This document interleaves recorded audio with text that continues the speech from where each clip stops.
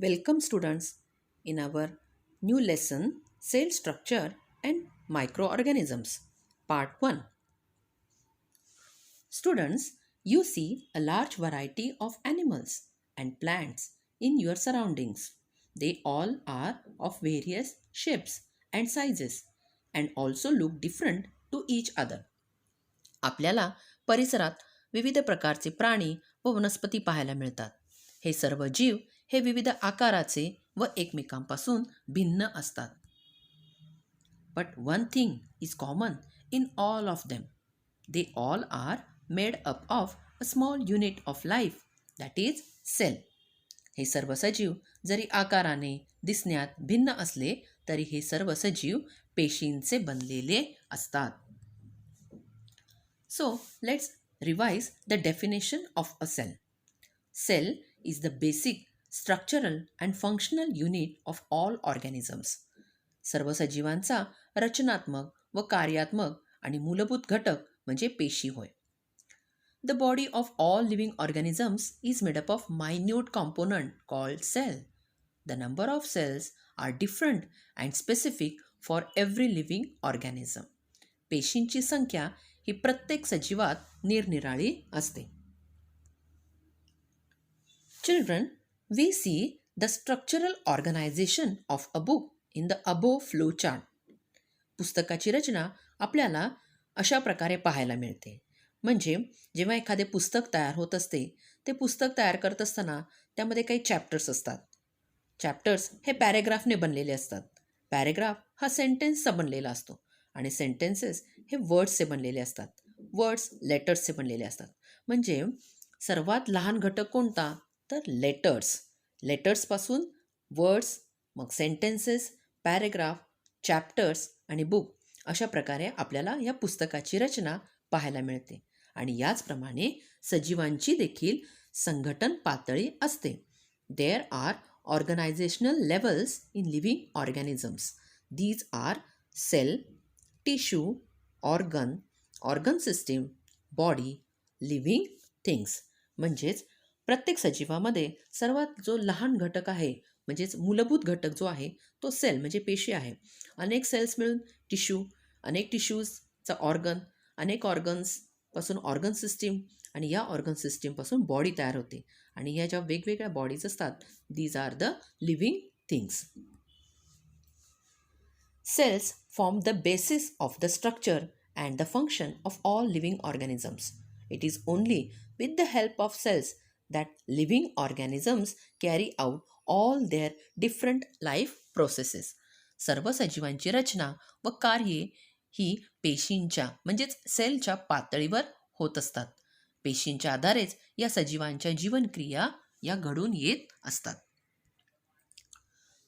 Students, in unicellular organisms all the life processes take place in a single cell. Their feeding, digestion, excretion all take place through one cell. मुलांना आपण पाहिलेलं आहे की unicellular organisms म्हणजे एकपेशीय प्राणी. या एकपेशीय प्राणीमधील त्यांच्या सर्व ज्या जीवनक्रिया आहेत या त्या एकाच सेलमध्ये होत असतात. In 1665, a scientist, Robert Hooke, observed a thin section of cork under a microscope. In this section, he saw hexagonal compartments like those of a beehive. Robert Hooke या शास्त्रज्ञानाने इसवी सन 1665 मध्ये कॉर्क म्हणजे बुचाचे झाड या झाडाचे पातळ काप घेऊन तो सूक्ष्मदर्शकाखाली पाहिला. तेव्हा त्याला त्या कापामध्ये मधमाशीच्या पोळ्यातील कप्प्यांप्रमाणे रचना दिसून आली. ही नेम्ड दोज कंपार्टमेंट्स सेल्स आणि त्याने या कप्प्यांना पेशी हे नाव दिले.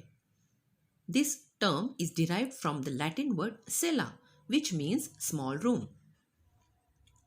लॅटिन भाषेत सेला म्हणजे लहान खोली होय आणि या सेला या शब्दावरून सेल असे नाव या पेशींना देण्यात आलेले आहे.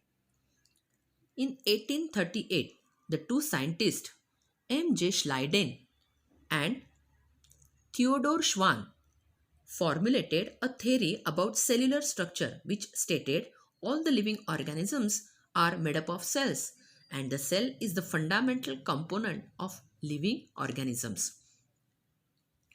इसवी सन 1838 साली M.J. स्लायडेन व थिओडोर श्वान या 2 शास्त्रज्ञांनी या ज्या पेशी आहेत या पेशींच्या रचनेविषयी सिद्धांत मांडला आणि त्यानुसार सर्व सजीव हे पेशींपासून बनलेले असतात आणि पेशी हाच सजीवांचा पायाभूत घटक आहे. In 1885, Rudolf Virchow stated that all cells are formed from pre-existing cells. 1885 मध्ये रुडॉल्फ विरशॉ या शास्त्रज्ञांनी सर्व पेशींचा जन्म हा पूर्वी अस्तित्वात असलेल्या पेशींमधूनच होतो असे स्पष्ट केलेले आहे. Now let's understand the measurement and observation of cells.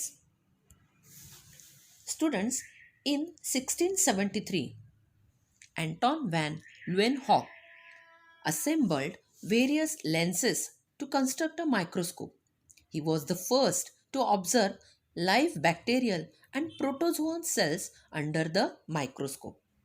Bacterial म्हणजे जीवाणू आणि प्रोटोझोआन म्हणजेच आदिजीव यांच्या जिवंत पेशींचे सर्वप्रथम निरीक्षण हे अँटॉन ल्युएनहॉक यांनी केलेले आहे. Students, cells are extremely minute in size. We cannot see the cells with the naked eye. The compound microscope is used for observing cells. मुलांनो, आपल्याला माहीतच आहे की सेल्स हे अत्यंत सूक्ष्म असतात. नुसत्या उघड्या डोळ्यांनी त्या आपल्याला दिसत नाहीत आणि म्हणूनच या सेलचे निरीक्षण करण्यासाठी आपल्याला कंपाऊंड मायक्रोस्कोप म्हणजेच संयुक्त सूक्ष्मदर्शकाचा वापर करावा लागतो. An object on a glass slide magnified many times by the lenses of microscope. या मायक्रोस्कोपमधील लेन्स म्हणजे भिंगामुळे काचपट्टीवरील वस्तू ही कित्येक पटीने आपल्याला मोठी दिसते. Micrometre and nanometre are the units used for measuring their sizes.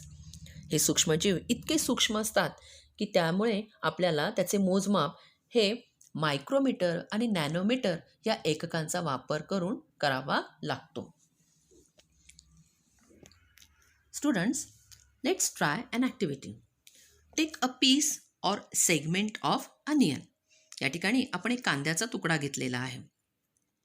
Now carefully separate the thin skin from its concave surface with the help of forceps. म्हणजे ही कांद्याची जी तुकडा किंवा ज्याला आपण फोड म्हणतो, ही फोड घेऊन त्याच्या खोलगट भागात असलेला एक पातळ पापुद्रा आपण चिमट्याने अलगद वेगळा करणार आहोत.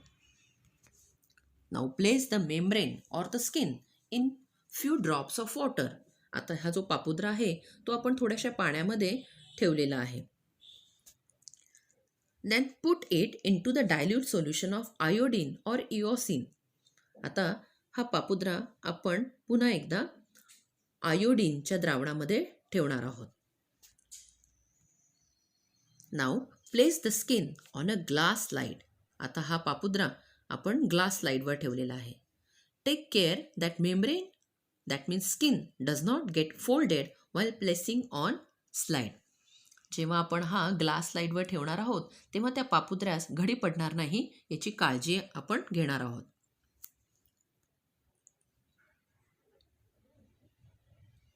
Now put a cover slip over the onion skin on the slide very carefully. आणि आता आपण या स्लाइडवरती जो पापुद्रा ठेवलेला आहे त्याच्यावरती एक कव्हर स्लिप म्हणजे आच्छादन काच ठेवणार आहोत. Now our slide is ready. Observe the cell under the compound microscope. आणि आता आपण ही जी स्लाइड बनवलेली आहे ती कंपाऊंड मायक्रोस्कोपली पाहणार आहोत. आता हे यामध्ये आपल्याला काय दिसेल बरं? तर पहा, जेव्हा आपण कंपाऊंड मायक्रोस्कोप खाली हा कांद्याचा पातळ पापुद्रा ठेवला तेव्हा आपल्याला अशा प्रकारची रचना पाहायला मिळते. Under 10x magnification we see like this and under 40x magnification we see more clearly. म्हणजे आपल्याला या कांद्यांची जी कांद्यामध्ये असलेली जी पेशी आहे त्या पेशींची रचना आपल्याला क्लिअरली दिसत आहे.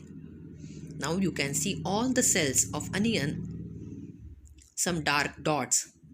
These dots are nucleus.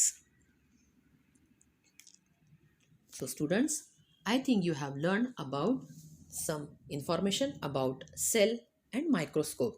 Thank you.